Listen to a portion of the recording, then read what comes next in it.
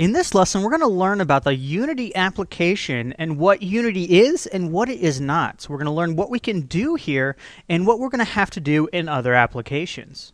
So this is going to be more of a lecture-based lesson. I'm not going to ask you to open up anything, so let's just sit back and watch.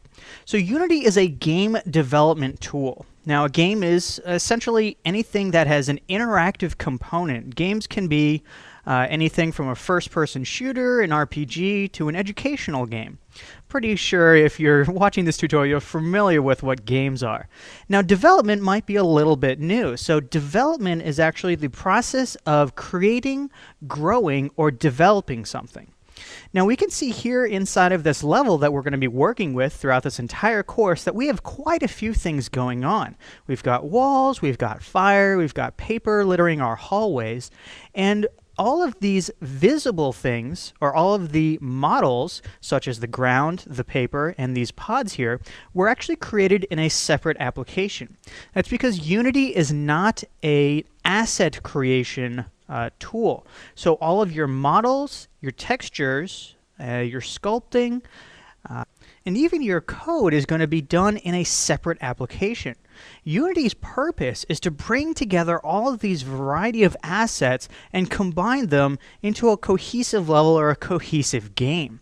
So inside of Unity, we can create very simple objects such as cubes, spheres, and cylinders, but beyond that, we're going to have to jump into a 3D application such as 3ds Max, Maya, Softimage, Cinema 4D, Blender, Modo, the list goes on. If you jump over to the Unity website, and let's jump over here for a second, and if you go to Unity Editor Asset Pipeline, and this is of course on their current website, this is subject to change, but down here at the bottom you can see what 3D packages Unity supports, and you can see the list is incredibly long. It's one of the most comprehensive asset imports that I've seen in a game development application.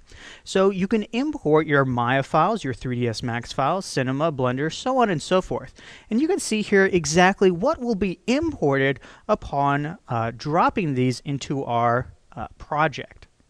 Now, just the same as our 3D package, we're going to have to do our texture or all of our 2D work in a separate application. Of course, this is completely up to you, whether you want to use Photoshop, GIMP, or any other image editing application. So with all that said, you might be saying, well, what do I actually do inside of Unity?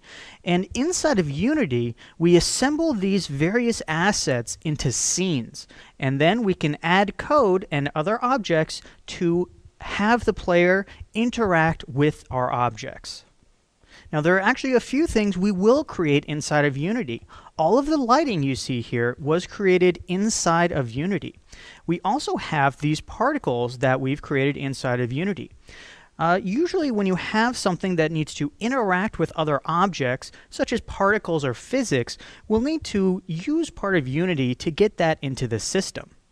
Now, if we have something that needs to fall or needs a model, those of course need to come from an external application. And once we have everything inside of Unity, we can create our game or create the interactivity using scripts and coding, which we will be getting into a little bit. And Unity does have some pre-built scripts that let us do very common operations.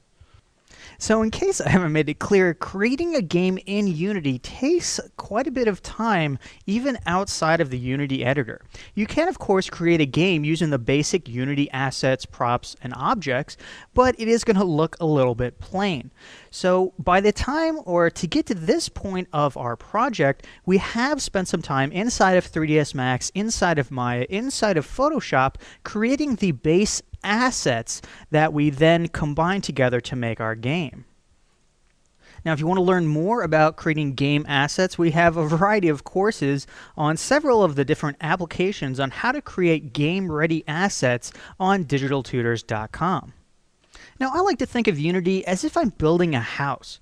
So when we're building a house, we obviously need something to start with. We need the wood, we need the nails, we need some cement. However, none of that really matters until we get it into Unity or until we begin development. And in here, we can nail the wood boards together, pour the cement, add the lights, and wire everything together so that we have a working game.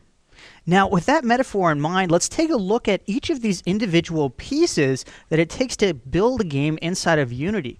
Because as you can see here, there's a lot of different types of types of objects and types of files that we're going to be interacting with. So in the next lesson, we'll take a look at the various parts of a Unity game.